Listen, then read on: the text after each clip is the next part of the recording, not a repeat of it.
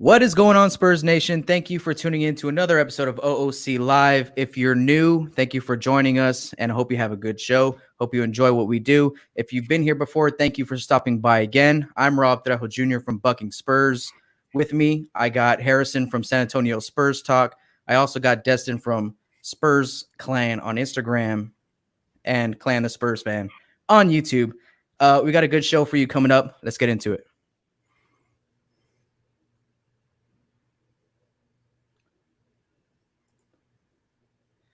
First things first with the Spurs scrimmage expectations. Guys, there's a lot of things changing in the NBA. Spurs got 3 scrimmage games. Harrison, what kind of stock are you putting into these 3 games? I'm putting a ton into them. I don't really care if we win. I just want to see some new lineups out there. Yeah. I mean, I don't know what y'all think about that, but I just want to see experimentation. Yeah, out of all honesty, it's just about just staying healthy, warming up, and getting ready for these basically playoff games. So not a lot of stock for me. You see, I kind of think that we're going to have to put some stock into it because these are the guys that are going to play. Man, it's like whoever's in the gym is in the gym. That's our roster. These young guys, I feel like there's plenty of stock in every single minute for Chimezi Mitu, Drew Ebanks, Quinndary, and some of these guys. What do you think about that? I mean, 2 words, Lonnie Walker. If he's in the lineups in the scrimmage, I'm going to be happy because like you said, I think they're going to be playing kind of the same lineups in the scrimmage because they got to get into it. And if he's out there, I'm going to be happy. That's all I'm saying. Yeah. Okay. And in our perspective, yes, I put stock in it saying, okay, these players are the ones that's going to play. I guess I was thinking more so like I'm not going to put a lot of stock in to how well they play, because I just don't think they're going to go 100% or nothing like that. They're going to try to stay healthy. Yeah, the stat line doesn't matter, but I think I'm sorry, the win and the loss column doesn't matter, but the stat line, that might matter a lot to some of these guys moving forward. Jakob, Bryn, I mean, not maybe in the scrimmages, but man, Bryn, I do not want to see Bryn play, y'all. I just don't want to see it. I know he's important to the offense, obviously, but I do not want to see that dude play. I just don't. I don't think he should play significant minutes in these basically playoff games. How do you feel? How do you feel about this? Sword, though, because if he plays and he plays really well, maybe some other team comes in and throws an offer at him that we can't. I was gonna say, how do y'all feel about this statement? Yeah. He might be one of the most important players on our team going into Orlando, let alone not play. He might be the most important. I mean, that's true. I still think Patty, if I'm going for most important, just because he like bridges the gap between the old and the new in terms of like Spurs eras. But hey, did y'all see what Kendrick Perkins said about Patty real quick? No, what did he say? This just shows how out of touch that man is with stuff. He was like, "What?" I mean, I agreed with him. He said Patty Mills is like the most important player for the Spurs right now. And I was like, okay, I like this. And then he was like, yeah, that guy, he can just get hot and drop 40 on you any given night. It's happened before. We've seen it. I was like, dude, his career high is like 32. It happened before. I was like, when does that happen? Like, yeah, he can get hot and maybe drop like 6 threes on you or something, but his career high is like 32 or 34 or something. He ain't gonna drop 40. What? What? Like, yeah, he can have like a half where he gets hot, but what? He could drop 40 on you. I know that was a little bit out there for you, Kendrick, but hey, I appreciate you giving the Spurs a shout out in any way. And you know why he did? He gave Patty the love because what Patty's doing with his salary, most likely. Mm-hmm. He was like, let me give this dude some love. I mean, it was nice to see us in the news, but like, how sad is Spurs basketball that that's the state that we're at? Patty Mills is going to drop 40 for you. Remember when it used to be Tim and Manu? They were saying that about. It's crazy, man. I don't hear anything when it pertains to the Spurs. Like, no one says anything. So I guess I gotta give him at least credit for saying that. I mean, maybe he's trying to make up for those awful comments he said about Duncan. Was it Duncan? Did he say that? It was him, right? I can't keep track of all this stupid shit. He's saying one thing on Twitter one day. He's gotting, nobody on Instagram the next day. It's just, I have no idea what he's doing these days.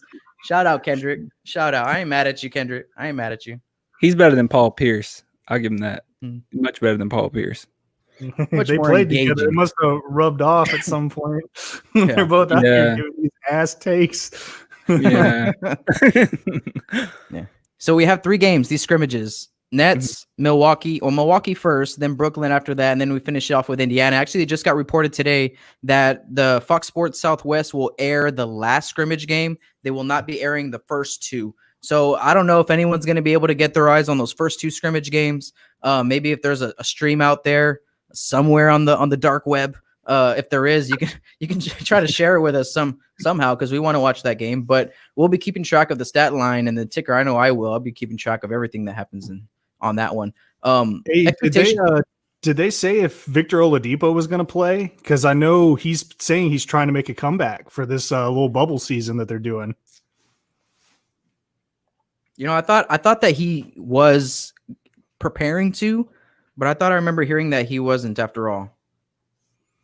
But yeah, that's a big game. It makes more sense if he's sat because he hasn't played all year. But I could see him like in a scrimmage, bringing him in just for a couple minutes to get him like used to it or something. I mean, even if he did, I don't see him like actually playing any games. I mean, is that what you're thinking, that he'll like actually play? I don't see that happening. He was like tweeting off about it earlier in the week, saying like, "Yeah, I'm gonna try to play and all that," but it doesn't seem like it would make any sense to, at least not in bulk, like he's trying to kind of make it out like. Yeah. Also, because he just doesn't know the team he's with. So. Yeah. Real quick, Spurs Nation, if you want to get your question or your comment on screen, all you have to do is go to the description below this video. Go to the description, go to our OOC tip jar, drop your question in there, and then we'll get back to it. We're going to go ahead and move on to the next topic, which is going to be playoff chances right when we come back.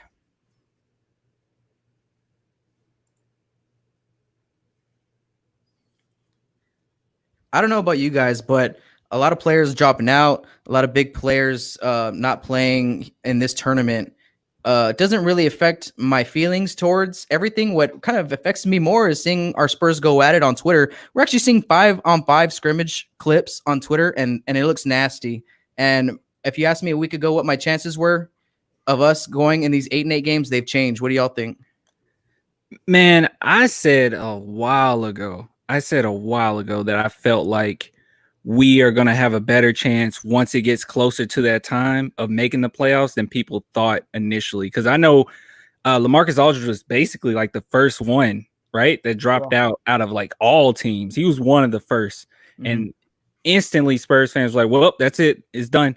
And I said then, I was like, yo, we got a lot left. We got a lot more players that's going to start dropping out, that's going to have injuries. You know, not that I was hoping for that, but I was just like, this is the reality of the situation, man. Yeah. I remember you saying all I that know on this show. is if we play cornhole for the championship, we got it, man. That's all I'm saying. Ping pong? No, but just to take a step aside from the topic, how Spurs is it that like all these other teams, they're vlogging their experience and all that, and they're playing in the lounges? In San Antonio is fishing and playing cornhole. Like that is the most Spurs thing in the bubble I've seen, and I love it. But ping pong too. Yeah, ping pong too. That tournament was pretty cool. There. That tournament was pretty dope.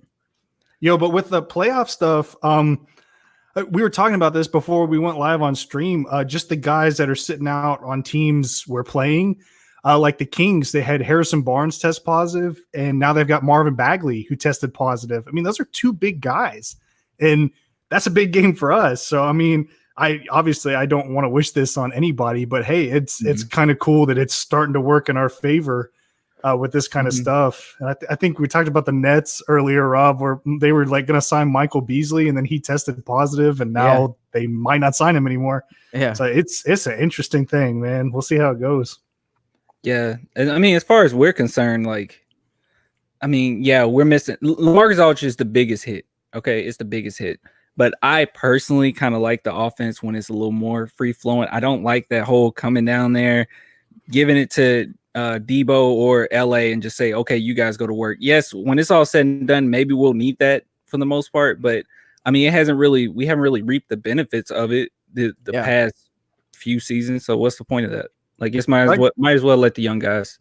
I think there's a time and a place for it, but like, I mean, they're great players, but they're not those kind of players that the whole team can rely on them and win games. And that's been proven this year. I mean, you know, if it were like, I don't know, Luka Doncic and like Joel Embiid, just like a random combination, but they're considered like the top of their game at their positions. I mean, yeah, obviously not Luka.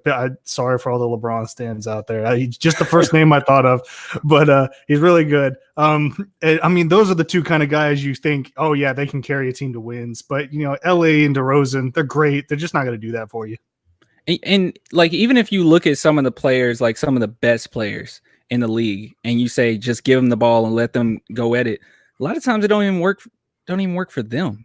I mean, even if you look at James Harden never been to a finals. Like James Harden, I don't think anyone really expects him to win a championship in his career. And basically the offense is give it to him, and he's arguably one of the greatest offensive players of all time. So what makes us think that it will work for us? You know? Yeah. Yeah, like, I mean, it's trending team. Successful. We're just not successful with it any way you want to slice it. No. Well, and like, going back to the Warriors dynasty, I think what made them so great is, they had all those like MVP caliber players, but they still played as a team, which is pretty cool. I mean, and that's the way the league's trending. You got to play as a team now. It is star driven, but you just can't have, one guy carrying your team all the way. That's why all these guys are teaming up. Let me tell you what I think. I think that our guys are so hungry and nobody knows that. Our young guys are years of starving for opportunity for what they're about to have right now. DeJounte, Derek, Lonnie's been starving for 2 years. Bryn is been there. He's ready. Keldon Johnson, I don't know if y'all know, but he's been hungry since the get-go. I've seen it in his eyes and in his attitude since training camp and since he's been in Austin. He wants to play in the NBA, and a lot of these guys haven't had their opportunity to show it. They're about to get it, and I think the whole rest of the NBA is about to be like, oh, the Spurs do have a young crew. Mm-hmm. I definitely see it. I definitely see it with Keldon. When it comes to Keldon Johnson, man, he just has that type of approach that he's just going to go 150%, regardless. I mean, I know he's hungry, but it just seemed like that's just, in him. I want to see. The thing is, man, the way, even if I look at DeJounte Murray as far as hunger, I see that he's hungry, and it's obvious that he's hungry. But I guess sometimes it just feels like it needs to be more controlled hunger, because I look at him and then I look at Derek White, and I don't believe that either one of them necessarily wants it more than the other. I think it's just a matter of getting experience. But I think every young player we got is pretty damn hungry. And I think the best thing that happened to Keldon was falling to 29. Obviously, I say best because he ends up with us, but also because, I mean, he was pissed that he didn't go where he was projected. Yeah. And I mean, that just kind of drives him, and he's going to work. And also, shout out to Ruru. I saw your comment there about being slept on. I actually read an article by Hoops Habit on Fansided today, and I was like, oh my God, we finally got some attention. This guy was talking about how our young core is the most slept on and underrated in the league. Yeah. In classic Spurs fashion, nobody's talking about them, and then they're just going to pop out of nowhere and start killing people. Not literally, just on the basketball court. Yeah, and I'll tell you why. It's because our young core is offensively just as good as anyone else if they got the same amount of minutes and shots, but they're better than probably any other young core defensively outside of maybe Boston and maybe Miami. Yeah, and then when you have the Spurs who like thrive on you playing defense and helping you with the fundamentals, and then you have Tim Duncan, in that locker room continuously trying to tell you how you should play defense or what position you should be in. Yeah, man, it's dangerous, and I don't think people are really understanding the amount of depth behind the defensive prowess we have. Like, for sure. Like, I totally agree. To your point, Rob, like, yeah, defensively, but the way I look at it is just all around. Like, yeah, Miami's got a young core and all, but like, look at the guys we're drafting. We're trying to draft guys who can, every single one of them, dribble, shoot, rebound, pass, play defense. Like, every single one of them is built to be a stat sheet stuffer. Whereas I think a lot of, like, I don't know, maybe Boston, Jason Tatum's pretty good, but I still don't think he's that great of a defender. I think Jaylen Brown fills that role. Jaylen Brown, yeah, definitely. Yeah, but I think we can get him. Harrison, you seem like a car guy. What type of motor?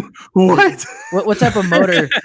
Out of all three of us, you seem like the most guy that knows his way around. Man, I drive a 2010 Hyundai Elantra, man. Yeah, right, Harrison. Stop being humble for our audience here. We know you're rolling in a caddy over there. Black on black Cadillac. Caddying for a golf cart driver, maybe. What kind of motor, what vehicle would you describe Keldon's motor? Real quick. Both of y'all. Destin, you first. I don't know cars, man. I don't know cars like that. There's really only like a few right answers. Dude, I got this. I'm gonna try and get a Twitter shout out from the Dodge Ram truck owner Twitter account. I think it's a Dodge Ram because it isn't sexy necessarily, but it's big, it's tough, and it's gonna get the job done no matter what it takes. Give me that shout out, Dodge Ram truck. I like that one. Can I say Harley? Yes, you can. Harley? Go ahead. Tell us why. Man, I don't know. Harley. Okay, it's fast. It's annoying, and he's a pest on defense. So I mean, I'll go with Harley because I don't know. They're loud. He's very on the court. He's very vocal to his teammates. Like he's always vocal. So I'll go with Harley. I like I'll that. tell you right now, you just said everything that I know about motorcycles in that one sentence. That's all I know. I like that. When Keldon Johnson is awake, he wakes up the neighborhood. I like that. Yes, sir. All right, cool. So right here, we're going to take a break from our playoff chances and talking about Spurs scrimmages, and then we're going to talk about was Rob right all along? What exactly am I talking about? Well, we'll find out here in a second when we come back. OOC Spurs. Oh God. OOCspurs.com. Absolutely. If you're watching, please hit the subscribe button, the like button below. Make sure you go to OOCspurs.com. Make sure you become a 6-man member right now. Okay, so what was I talking about? What am I right or wrong about? Well, here's my little spill right now. I'm kind of feeling it a little bit today because I'm just like, you know what? The whole world knows now that we need Keldon, right? It's not a mystery now after he's, D'd up Luka Doncic for, a few possessions. Now everyone's like, oh yeah, he might be ready. And he still can't shoot threes, but I don't know. He might be ready. And Luka is another guy. So I said early on this season, before season, all off season until training camp, I was the only one saying it, and I'm going to take ownership of this. You can go to my channel, Bucking Spurs on YouTube, and I'm going to put a video showing you that I said this back in September, that we needed these guys on the floor in San Antonio. I wasn't dissing Austin. I wasn't saying that, anything bad about Austin. Let's get that straight. I understand. But you tell me that I'm wrong. One of the worst Spurs years, the worst Spur year in 23 years. Tell me I'm wrong. We weren't going to make the playoffs. Tell me I'm wrong. Tell me I'm wrong that these two guys, our 2 first-round picks in particular, couldn't have developed in San Antonio, being on the bench, learning, and been available for games early on in the season. Because what did us in was the first 20 or 30 games of this season. It wasn't our last 20. Our last 20 were pretty competitive in one way or another. Either DeMar was out, we were competitive. LaMarcus was out, we're competitive. But I'll tell you what, these 2 guys were ready from day one. I stuck by it then. I'm sticking by it now. What do y'all think? I think you're right to an extent, but I think you're completely right as far as like this season's concerned and the players that you're talking about, especially Keldon Johnson, because he had one of those games, like even when we were talking about it, around the draft or everyone was talking about it, he had one of those games where he goes straight into the NBA and thrive, or at least be a role player and be successful with it. And when it comes to, certain players like DeJounte Murray, I think that maybe he needed a little more development. Even Lonnie Walker, I feel like maybe he needed a little more. But yeah, going into this season, like Keldon Johnson alone, he could have been on the roster. And I also was thinking the same way you were thinking when it came to him. Like, there's no point in him going to Austin. I mean, he'll be fine straight into the NBA. And here's another thing. I'll tell you full out. I went to Summer League last year. I saw all these guys play. I saw 1 or 2 games of these young guys get after it, and I saw all I needed to see. And you can't tell me we didn't need Luka Samanic, or he couldn't be there competing with DeMar Carroll. I mean, if DeMar Carroll was that bad, you couldn't tell me that Luka couldn't compete with him. Well, not fashion wise, but not fashion wise. Hey, Hey, before I give DeMar. my DeMar's got 2 swag. cents on this, I just want to say that Gregory said I was flexing with my Elantra, but come on, Gregory, where's your comment with that gun show Rob just brought out there? He literally came in blazing without 10 paces right there. But no, I kind of agree with Des a little bit. I've always been, since everybody like hates on him, it's not everybody, but a lot of people, at least on my page, been hating on him. Luka, I've always been kind of on the he's going to be great for us train. I didn't know that I necessarily wanted him in this year. I thought for me, the G League's a better league for bigs to develop, so I can understand why they wanted him. I didn't understand Keldon Johnson because, yeah, he may not have been fully ready to go out there and play all the big minutes, but I think within the first G League game he played, we saw he's too damn good for the G League. Like that's a man among boys in there. Let's get him up and at least get him some time. So I hope we see a lot more time from him. Yeah, Keldon's already proven me right, and I have a very strong feeling that Luka's about to prove me right in these next 8 games, and we're about to see something. Thinking, man, why didn't we have that all season long? Even if it's to bring just a different wrinkle to our team, I understand it. I know San Antonio wanted them to develop. There's a lot of good things that happened to them this season for being in Austin. Don't get that twisted. I believe that and understand that. They're smarter players. They're more fundamentally sound. They know Spurs terminology, all that good jazz in Austin. We needed them more than they needed that. Let's just, if I can put it that way. Oh, yeah. I agree. And when it comes to Luka Samanic, like, I totally agree that when we see, because I think a lot of us could probably put money on the fact that we're going to see him at this point. When we see him, we're going to see something. I totally agree with you when it comes to that, because even when I saw him playing early on in the season and when he even got some type of opportunity like preseason, that dude just lets it fly. That type of attitude that he has where he just doesn't come across as nervous, where he has that attitude. You know, I don't want to always make comparisons or anything like that, but one thing that was great about Manu, we always got to go back to Manu, is that he was just free flowing. He was, you know, you give him the ball and he's like, I'm just going to do what I do. I'm just going to be Manu. You know, he's not afraid to make mistakes. Luka will go out there and he will just do his thing. Like, I love the fact that he just lets it rip and he's very confident in his ability. So we're going to see a lot of that raw, natural talent. And I do agree with you with that whole DeMar Carroll thing. Like, yeah, he could have outplayed DeMar Carroll because DeMar Carroll didn't play at all. So, yeah, I don't. Well, you know what I thought was weird? And who else was it for him? Rudy Gay. Yeah. Well, and you were saying like he just lets it fly. I thought for sure that they'd at least get him some minutes in a couple games in like a Matt Bonner type role, like just a spot up shooter. And all that. Like I said, I completely understand why they want him down in Austin. I think it's a bigs league to develop, and I think in a lot of ways that's really going to help him. But I was hoping I felt like at least with like Derek and DeJounte, they got in a few more games, and Luka only got 1. Which maybe that would have been different if we hadn't had the shortened season. But I would have liked to see him like in some of those blowout losses, just throw him in, let him take a few threes or something like that at least. He was about to hop in there at the end of the season before it went out because LaMarcus was out, in and out. Jakob was hurt, you know, and so there was going to be opportunity there. He was on the bench. And I'd like to add, it didn't really feel like they trusted Eubanks a whole lot. It got to a point where it felt like they were kind of going away from him just a little bit, especially when I think, was it Duncan who was coaching that game? It seemed like he was getting a little irritated with Eubanks. So I don't know. But yeah, he would have got some opportunities for sure. Yeah. You know, if we start talking about lineups with like Jakob at the 5, Luka at the 4, you know, or even Luke, KJ at the 3.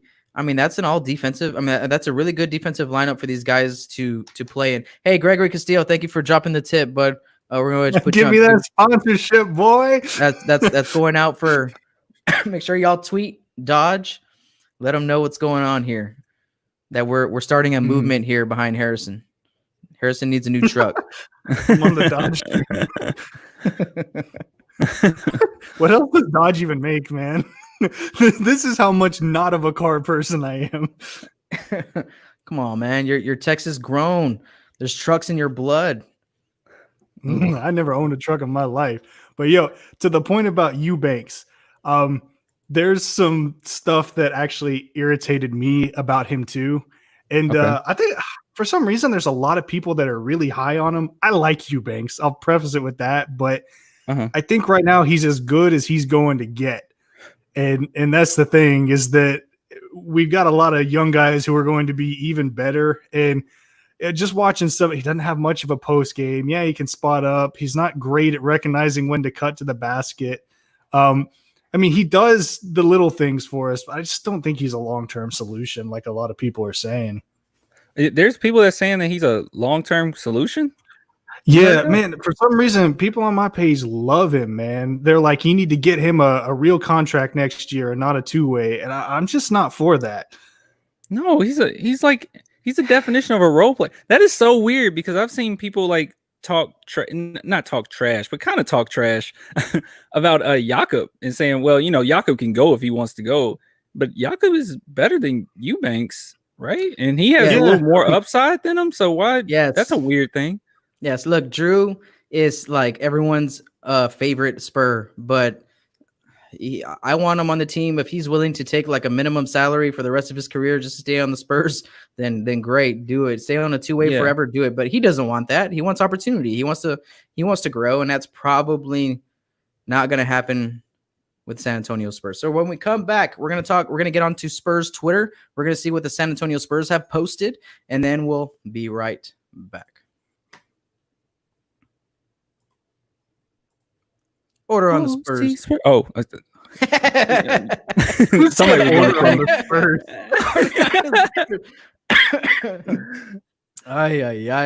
Order on the court.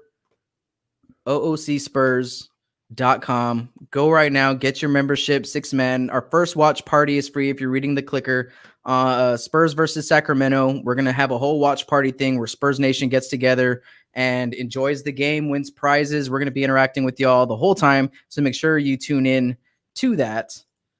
All right, so let's get into Spurs Twitter. Let me see what's going on here. Oh, here we go. Some shots of this ping pong tournament. I wanted them to live stream it, man. I'm a little disappointed. Cornhole. Yeah, but that involves publicity, and we don't do publicity. I'm surprised they're even letting them take pictures of the Spurs. Who do you think won? Oh, it was one of their coaches. No, that was for cornhole. Sorry, this is for cornhole. But one of their coaches won. One of their coaches won the ping pong. Yeah, won the ping pong tournament. Because I remember, I think it was Kelly Forbes. Because everyone was like, "Wow, not the Forbes I was expecting," or "Wow, better Forbes," or something like that. Yeah. Oh, here we go. Oh, that's nice. Luka with the jam. Look at this lineup real quick.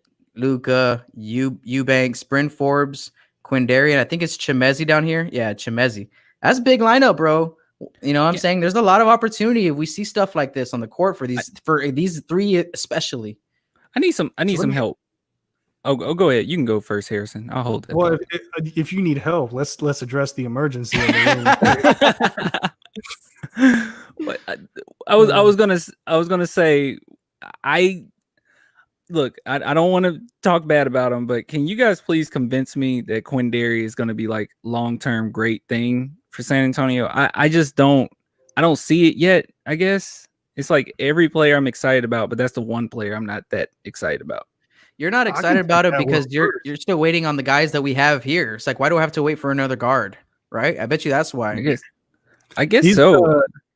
If you want to like compare him to somebody that I think he could become, I think he could be like Josh Hart. They're like those big guards, played a long time in college. He knows what he's doing on the court a lot.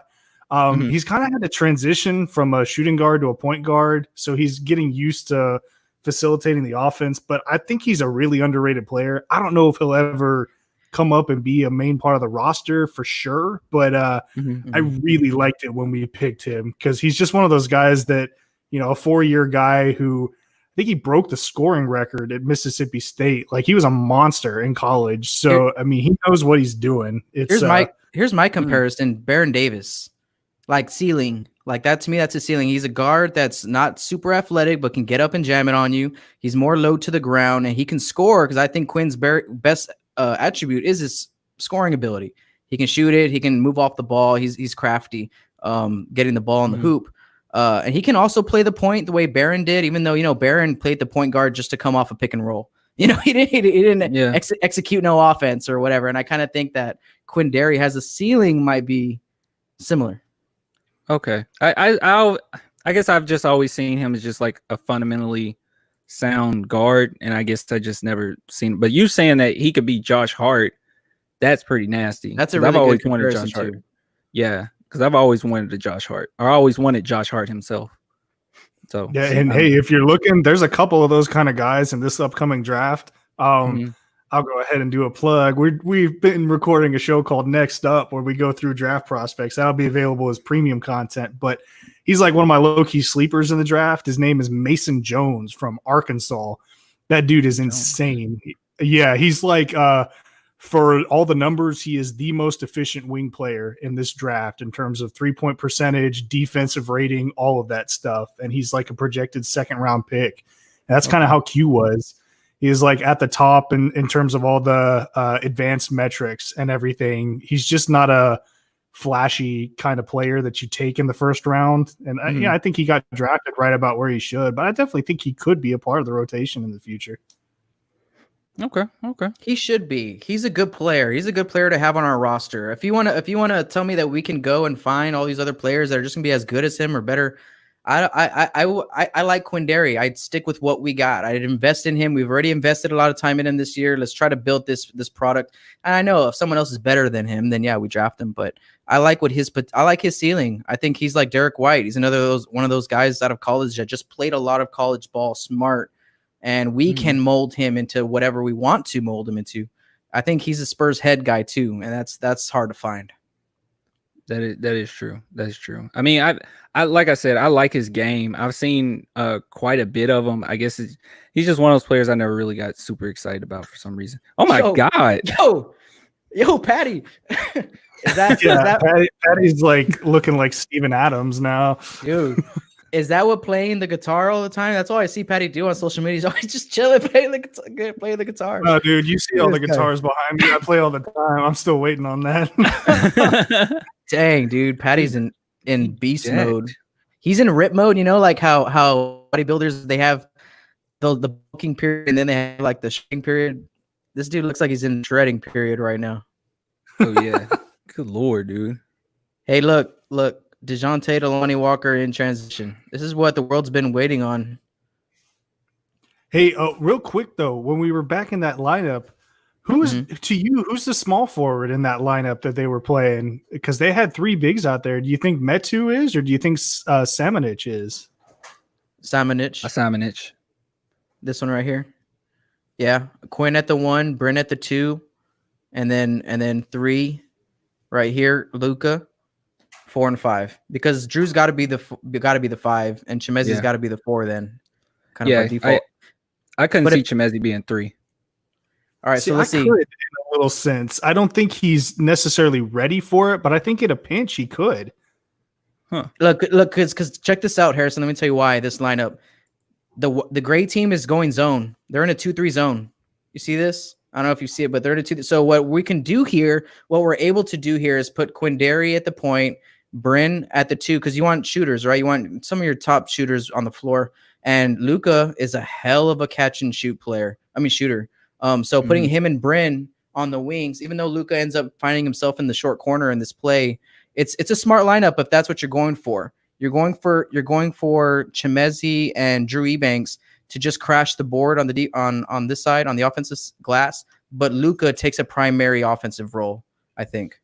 I was thinking of it as I don't know if you ever watched Syracuse play basketball on college. Yeah, they're known for their zone defense. Yeah.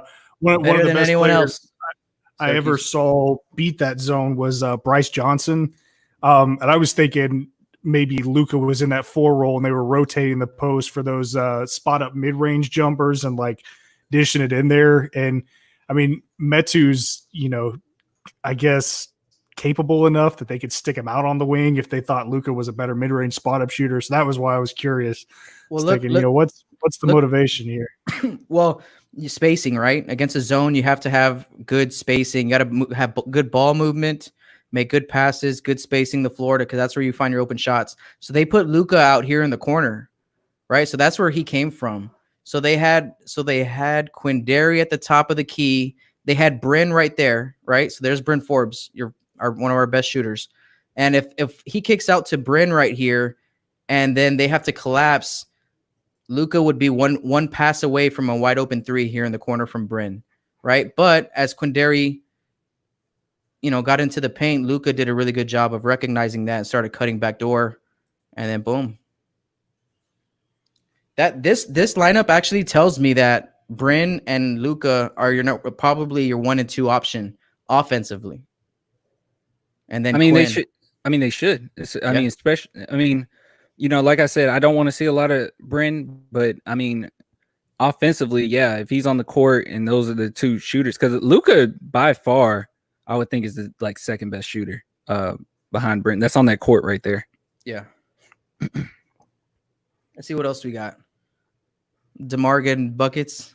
That ain't nothing new. Derek White knows that. Yeah, we've seen that. Ooh. They actually they had the audacity to put a video up of DeMar hitting a 3 in practice. Man, don't do this to me. Don't do that. Please don't do this to me. Y'all did this at the beginning of the season. I was like, here we go. It's over. Why do you think he's afraid to shoot threes? Because that's the only conclusion I can come to, is that he's afraid to shoot them. I don't necessarily know that he's afraid to shoot them. I think just from talking to guys that play at that level, it's just kind of, it's not his thing, and he thinks he can get a better shot that he can knock down at a higher percentage. So I don't think he's thinking, oh God, it's a 3, I'm not going to hit this. I think he's legitimately thinking, damn, why shoot this when I have a chance of missing, when I know I can get to the hoop and just jam it and have 100% chance of making it, which isn't the kind of thinking they're trying to encourage in the league right now, but he's just done it for so long. I think it's just a habit, honestly. It's so weird because I know in the offseason, Popovich basically said, yeah, I'm going to talk to Debo about, shooting more threes because that's what we need. And then during the season, he was shooting more threes, or at least letting it rip a little bit more. Than it just seemed like randomly it just stopped. It just halted. I don't know. It was a weird thing. Yeah, we need that. A lot of this was so weird, man. And to the whole thing where they've just been doing it so long. Even Aldridge, he had a few games where he was consciously trying to shoot those threes and all that. But then after a while, I think your instinct just takes over, because they've both been in the league for just about over a decade. Yeah, that's over 10 years of doing something at least 82 nights of the year, assuming they have no injuries. That's hard to shake. Yeah. I can see that. It's just, disheartening. I don't want to shoot threes. Hey. That's the Kentucky coming out and killed him right there. Oh, I love that. Love that. Pop saying some stuff. I like these photos, man. Hey, shout out to Spurs Twitter. We talked about it a little bit. We don't ever get this. We don't, post in Spurs Media. This is what we get: the post practice media availability. That's it. They're shooting. Yeah. They're shooting free throws and getting their shooting workout in at the end of practice. But to actually see clips and photos of these guys going 5-on-5 and all this stuff that we're seeing right here, that's stuff that, as a Spurs fan, and I can tell you for 30 years, I'm 30 years old, we ain't never got access like this. And I know it's because it's in the bubble, but I really hope it doesn't stop. Yeah, man. Yeah, it's nice to see. And I'm hoping just with kind of the change in attitude in our locker room, not a bad change, but just these younger guys from a different generation. I'm hoping it kind of opens things up a bit. And honestly, I think it's good for Pop. He's kind of hid out there for so long, and now he's not allowed to, with all these guys are kind of forcing him out in the open. And it's been fun to watch, man. I have a feeling that either, I don't know if they just changed their attitude towards things. Look at that. I don't know if they just changed their attitude towards their social media, but it feels like somebody else is a part of it. It feels like somebody else took over the social media ranks or whatever, because they are totally different. It seems like each day they're getting closer and closer to the Kings. You know what I mean? The way the Kings do their stuff.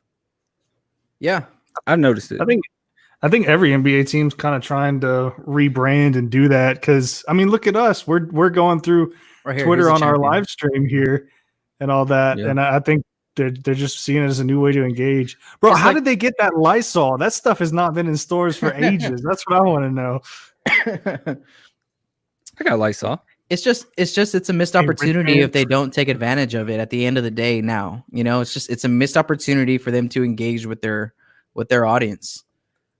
What are they doing right there? So it was Luka and Coach Forbes in the championship round. I knew Luka was going to make it to the championship round. I picked Marco out. I thought Marco he did good. Marco did well, but I thought he was going to take it. Are you guys good at ping pong? Nah. Hell no. Nah.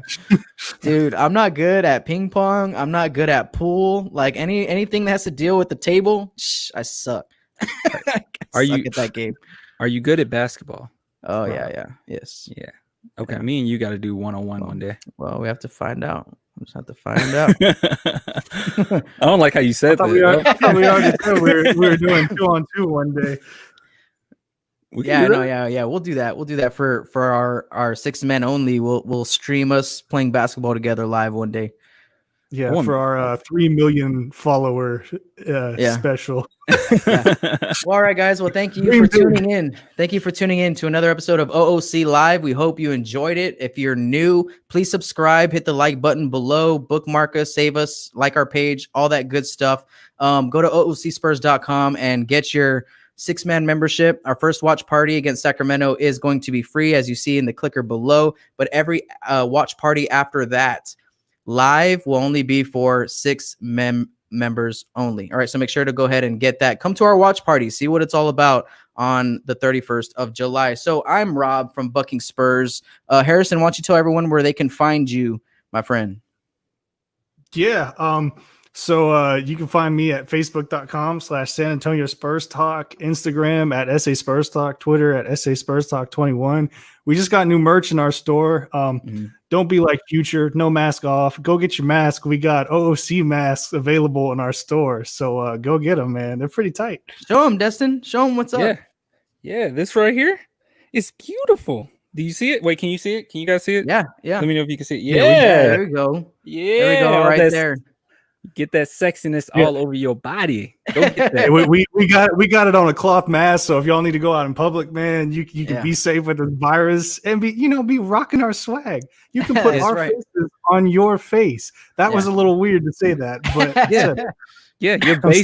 you're basically us. You put that on your face, you're basically us now. Yeah. Man, tell everyone where they can find all your Spurs content, man.